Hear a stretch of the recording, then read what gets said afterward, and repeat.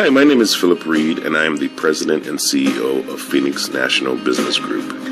Today, I'm going to give a presentation as to what my company does, what we stand for, and what we are about. Phoenix National Business Group is an online marketing, media, and production company that produces websites, professional social media platforms, and online video productions for companies, places of worship, and entrepreneurs. Our programs also includes a unique series of talk shows and online events that empower the public with information that will improve their lives, with positive, uplifting messages reflecting the love of God and His vision of grace and restoration for the world. We have and are pulling together a network of entrepreneurs and leaders that seek to change the world with the fundamental belief that without hope, dreams die. Not only do we develop and produce these programs, we also establish platforms for distribution through our social media presence, which has thousands of viewers throughout the internet. We also have our own channel, PNN, Phoenix National Network, that goes out to millions of people across the world on Roku and Amazon TV.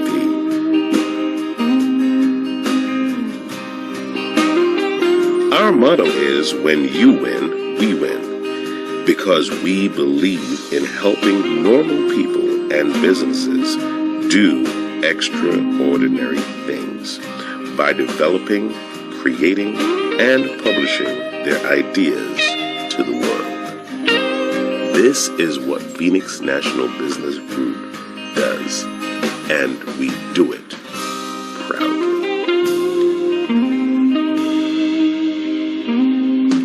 If you would like more information about the services and products that we offer, please feel free to visit our website at phoenixnationalbusinessgroup.com, or you could give us a call at 914-297-PNBG. That is 914-297-7624. We do look forward to hearing from you, and see you soon.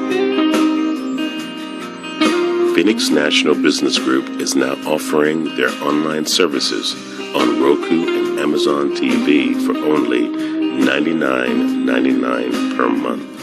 This is a limited time offer, so give us a call at 914-297-7624 for more information, or visit our website at phoenixnationalbusinessgroup.com. That is phoenixnationalbusinessgroup.com. See you soon.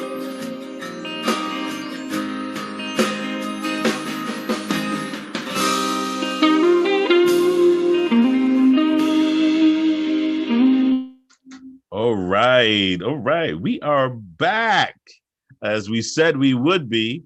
And we have with us today, of course, our partner and friend, Karen Mayo, author of Mindful Eating and co-writer to Roots of Leadership. Good to have you back, Karen. Awesome to be here. Thanks for introduction. Oh, no problem. No problem. On this show. we love having you on here. That's for sure. Of course, we have Mona Ostrowski with us, our life coach from ULA, and of course we have Oscar Capel. We do not claim ownership, but he is here with us anyway. Hey, Oscar, what's going on? Hey, I'm having a little trouble with my headset, so I'm talking through the laptop. So as soon as I get that going, I'll be much happier. But here I am. Awesome, man. Thank you so much. So, Karen, we're talking about golf, doing business on the golf course. What's our title again? Yes, networking on the golf course. Networking on the golf course. Yes. Yes. And today we were expecting to do it from the golf course, but since the weather has not permitted, we kept the title, but we're going to still talk about the subject line. So, Karen, tell us a little bit about who you are first, and then we'll go into that. Sure. I am CEO and founder of Mayo Enterprises. It's a wellness company. I'm a corporate wellness company. I also am an author, and I coach one-on-one, and I also have group courses. And I'm getting ready to launch the Mindful Eating with Mayo TV program. Nice. Where's that going to be? Where's that going to be on? It's going to be on, Amazon, Apple, Hulu, all kinds of places. Nice. Amazon Fire, yeah. Yeah, we look forward for that. That's going to be amazing. And what about that, the 30-day plan that you're planning to put together as well, right?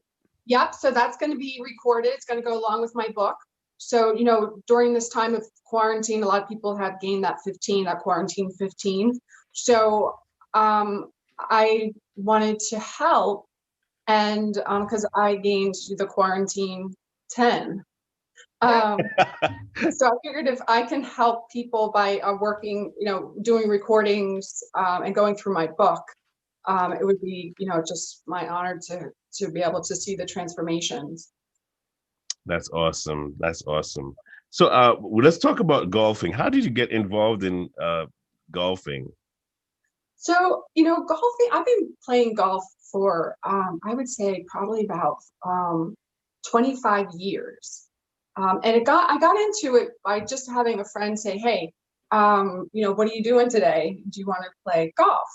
And I was like, well, I never played golf, but it sounds like fun. So I went on the golf course, and the first couple of times, obviously you're just getting the hang of the game and the verbiage and what it's all about. But I became really good at it. And now I'm work with the amateur league in Westchester, the ladies golf. So it's been a lot of fun. You pick it up and then you just kind of leave it. When I lived in Florida is when I was doing a lot of golfing. And then when I moved back up to north to New York, I didn't do so much because it was wintertime, but and then life happens. And then I just started picking it up again about a year ago. And it's so much fun. You can do business on the golf course. You can, I'm sure we'll get into that, but it's just, it's a great way to meet people. And it really is a lot of fun. And just the strategy of, getting the ball in the cup, I've always been in sports, and I've always loved sports. I love sports. So, it's just another ball and, getting the ball in the hole kind of thing. So nice. Yeah. So are you an avid networker? Yeah, I really enjoy meeting people. I love, even introducing people to each other for business purposes. So I've always kind of had that, I guess, that knack of helping people. Yeah. Wow. What do you say is that's the most powerful thing when it comes to doing business in this current season, right? It must be really hard for people to connect with other people. But what would you say would be the benefit of, as we're talking about, networking on the golf course? So interviewing, right? So if you're looking to get that job and you have a hiring manager that likes to play golf, I mean, you're pretty much 75% in. You just got to know the language, the lingo, and it's not that hard to watch it on TV. Another thing I would say is too, is that it's almost like playing. Well, I guess we're not really playing that much golf now, but as far as just team building too. So there's a lot of different ways to play golf for corporations, for networking. Team building, and then you have the which I love. I just go out and have fun networking, meeting people. it's, you never know who you're going to meet on the golf course. It's pretty much the CEOs and the upper management of any company usually play golf. Right. I mean, let's. I mean, I know we're on the subject of networking on the golf course. I want to focus on networking for a second, though. Sure.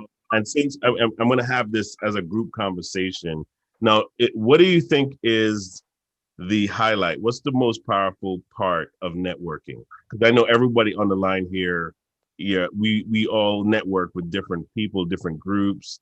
You know, what do you think is the most fundamental part of us doing that?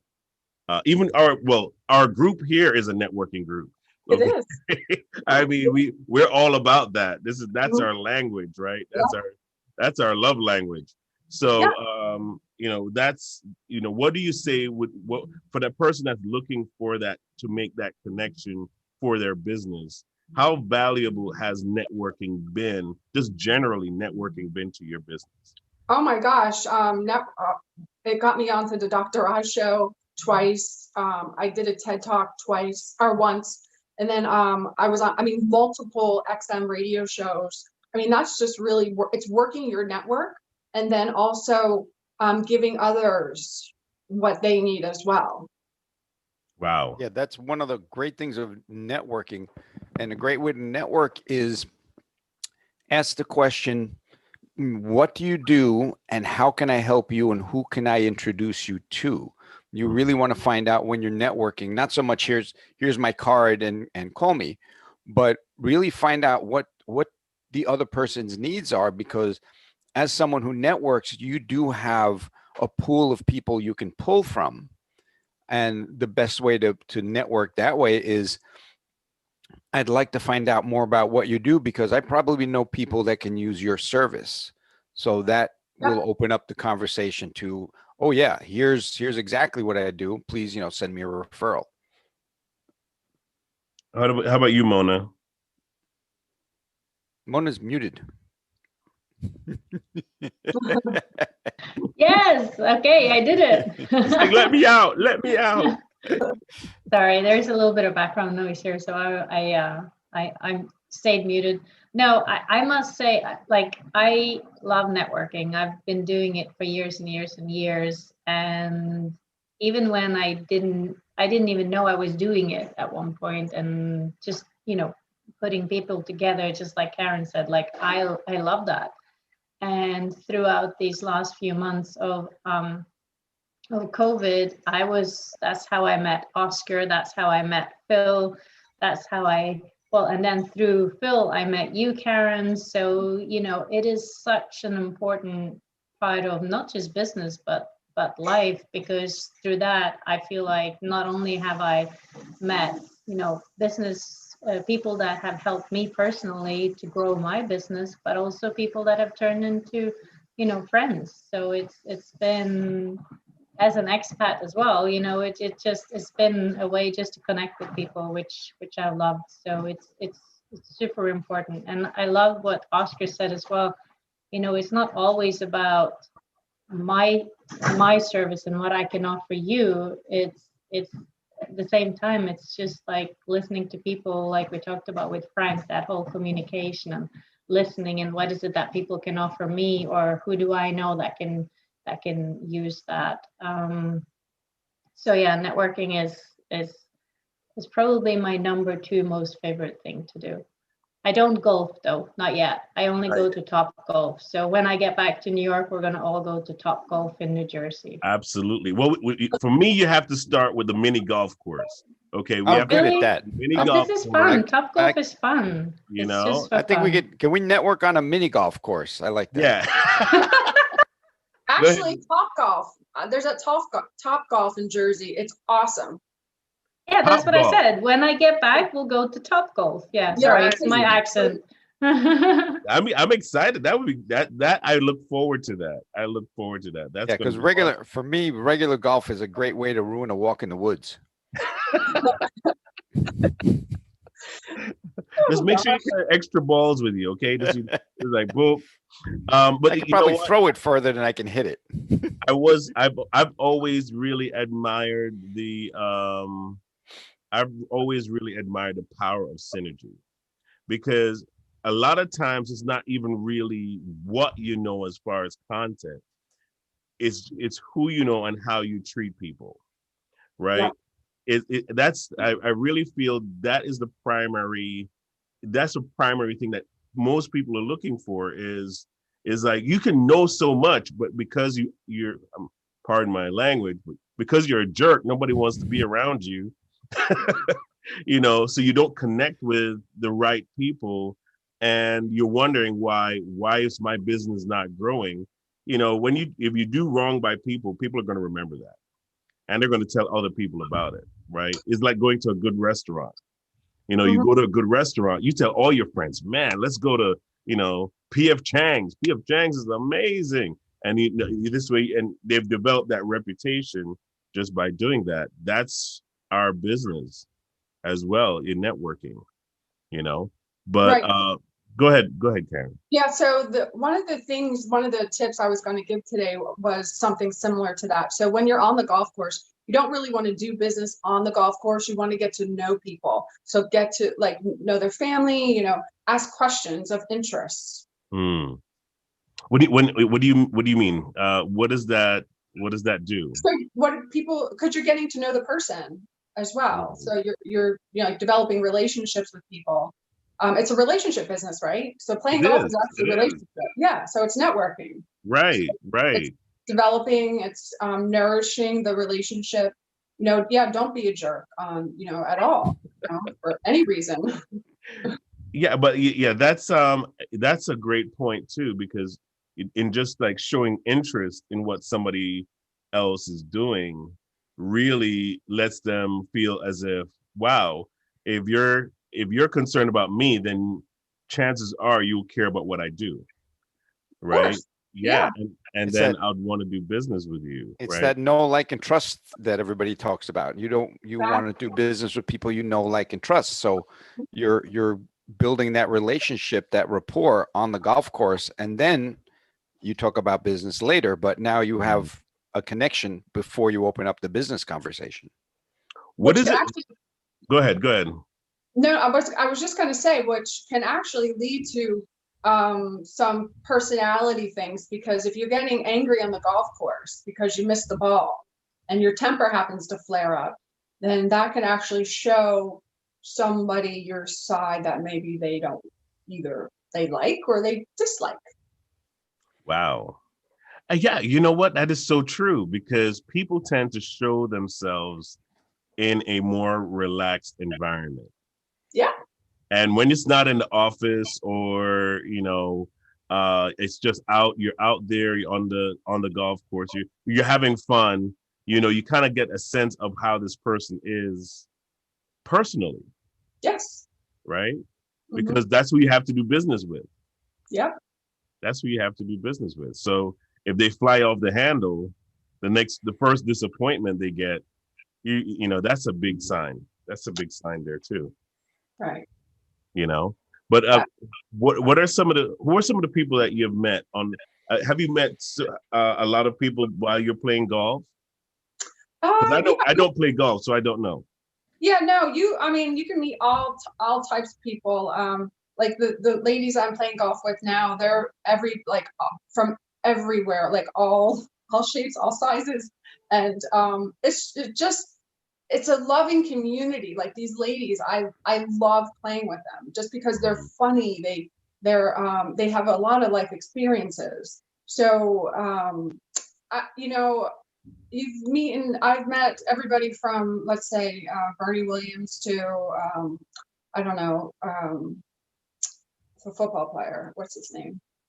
Darn it. I shouldn't even say that. Sorry.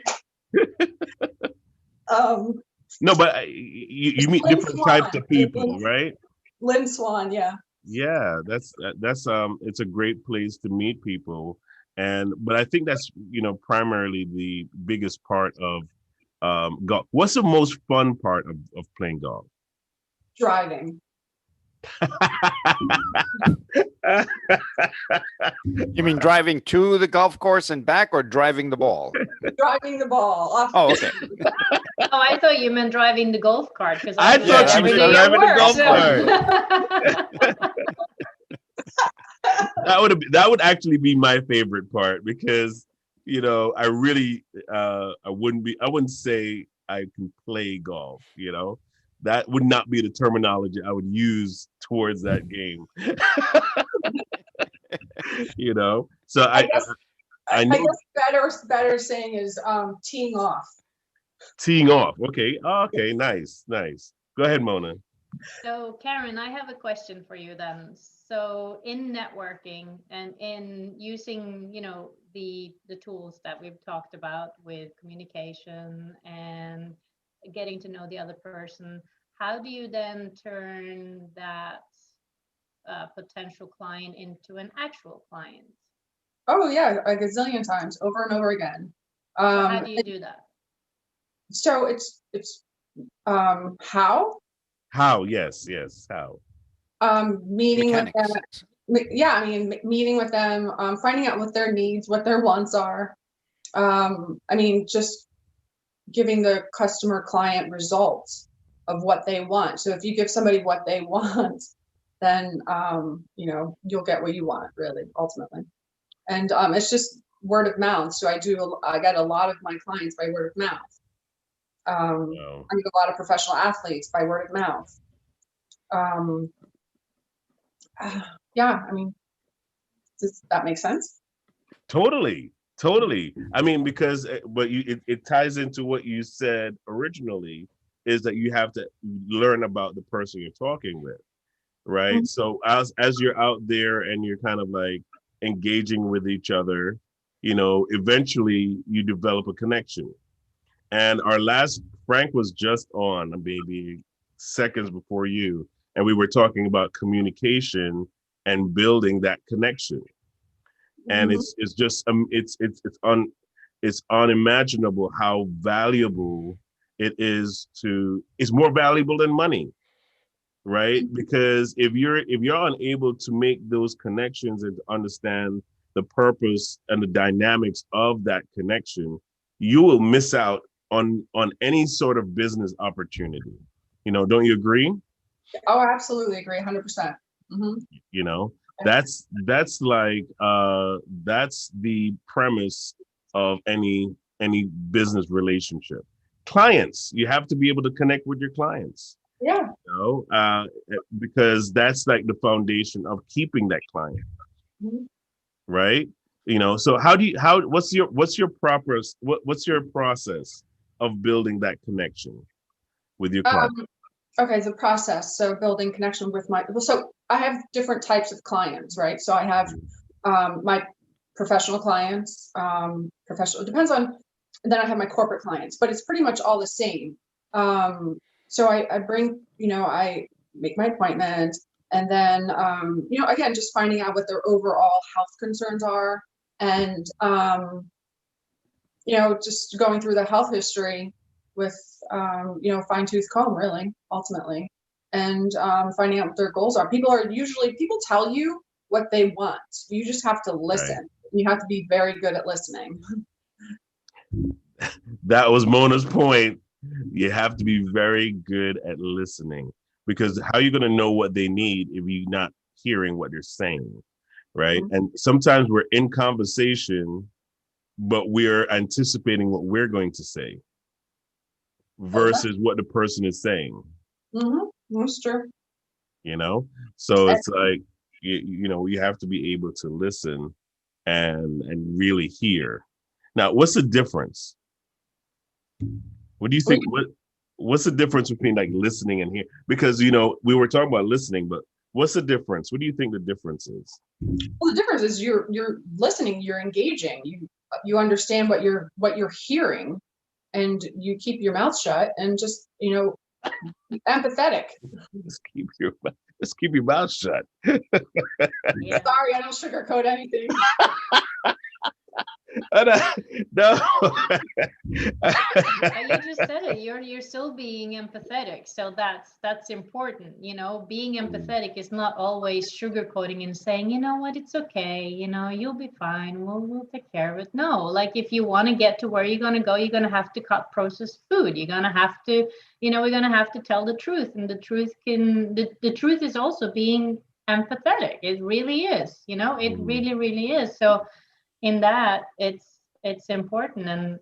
And so, okay, so staying on that and being truthful and talking about issues, which I assume, I'm making an assumption now, but I'm assuming that some of your client, it must be a very touchy subject to have to go in and address it. So how do you do that in a tactful manner? Okay, so that takes a little bit of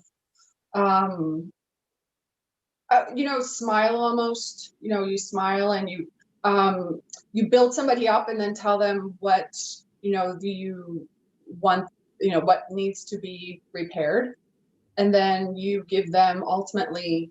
I'm giving my secrets away here. No. We just want to hear just the basics of it. Okay. Well, so for instance, you have someone that is still eating, let's say, a pint of ice cream, Mm-hmm.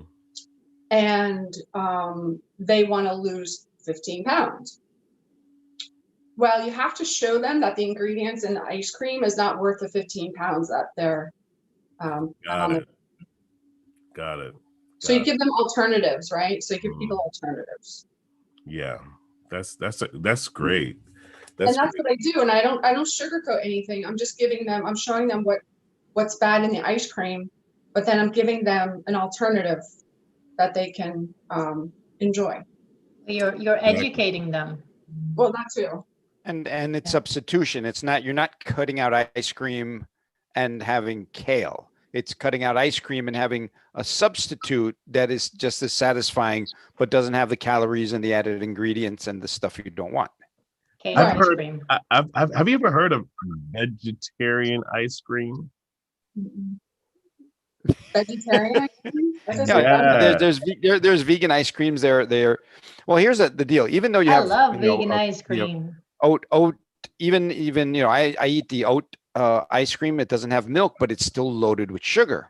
So it's not really a big difference, because that the sugar is what's really causing the problem. So yeah, okay, I'm having a vegan ice cream with 75 spoonfuls of sugar. So right. Wow. Yes, because sugar is vegan, because sugar actually comes from a plant. Cane, so yes. But that's why you see so many unhealthy vegans as well. And right. I fell into that group. I'm vegan, so I fell into that group for a long time, because I didn't feel like I had the time to cook, or thank God for, and I say this with respect, but for COVID, because my husband got to come home and start cooking for us, because he's the chef in the kitchen. Leave me in the kitchen and I'll go, should we order takeout? Whereas my husband will make everything from scratch. So yeah, there is such a thing as unhealthy vegans as well, unfortunately. Since you've brought the sugar thing up, I thought that there were good sugars and bad sugars. Like, if it's natural, I mean, Karen, you're the expert, so I'm going to throw this at you. But I thought that, like, if you eat a banana, it's like the sugar breaks down differently than if you eat a cake. Right. So natural sugars. Am I right? Was I taught right? I mean, yeah. So it depends. Right. So each sugar is different, but they are still sugars. Sometimes it can be used as fuel, though, as your body's energy. So bananas have more than just sugar in them. They have potassium. They have magnesium. They have all kinds of great stuff in them. So it's not necessarily being broken down just as sugar. Though our body needs sugar. Though our body needs you can sugar. overload. Right? Yeah. A friend of mine decided to go really healthy. He says, I'm gonna do juices and I'm going to do shakes, but it was strawberry, bananas, apples, and it was just all sugar. It wasn't like a green shake with a half an apple, to get the flavor in there. He went straight, crazy fruit, and ended up diabetic because your body can only process so much sugar, whether it's coming from an apple or it's coming from Cake. a processed food. Sugar Right. is sugar when in the wrong quantities. Right. Also in juicing, right? You can confirm, Karen, you concentrate it as well. You take away the fiber, you take away, the good stuff that you get from eating the fruit whole. So. Right, exactly. So even, with that concentrate, though, I have to tell you that concentrated orange juice is so unhealthy. It's one of the worst things you could drink. Because when you have a whole orange and you juice that, there's only like this much of juice that comes out of that whole orange. So when you have a big glass of orange juice, you're not having one orange, you're probably having like 7. And that's where people can get in trouble when they have big glasses of orange juice in the morning, because it's really bad. So, and not only that, but when they're making the orange juice, they don't juice like we would. They put the whole oranges in everything, with the pesticides and with whatever other animals or insects are making that juice. I used to live in Florida, so when they were making orange juice, you smelled it. And they don't just separate the fiber. So a lot of the orange juices have pesticides in them. So you have to be very careful. And just juice it yourself. That way you're getting one orange and you're getting the amount that you should be getting. And plus you're gonna get your fiber too. Wow. Now, while you're ever golfing or just kind of playing whatever sport, have you ever seen a potential client based on what's the word I'm looking for? Based on their health, during appearance. Games, they have to walk from point A to point B, and by the time they get there, they're like crawling to the ball to try to get it. Have you ever seen signs of that? Right. So there's all different shapes and sizes of people. And most of the time people know that they aren't feeling well. Mm-hmm. So, I don't necessarily have to say, hey, and sometimes, people just are stuck in their ways, and that's okay too. Mm-hmm. I don't go searching for people. Okay. People come to me. And just because of my results, and also, I really enjoy my clients, so I love them.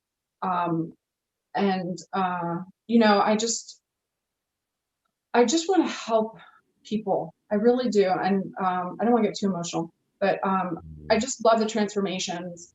And even if it's like 20 pounds or 30 pounds, but I really get joy out of the people who want to lose 50 pounds or 60 pounds.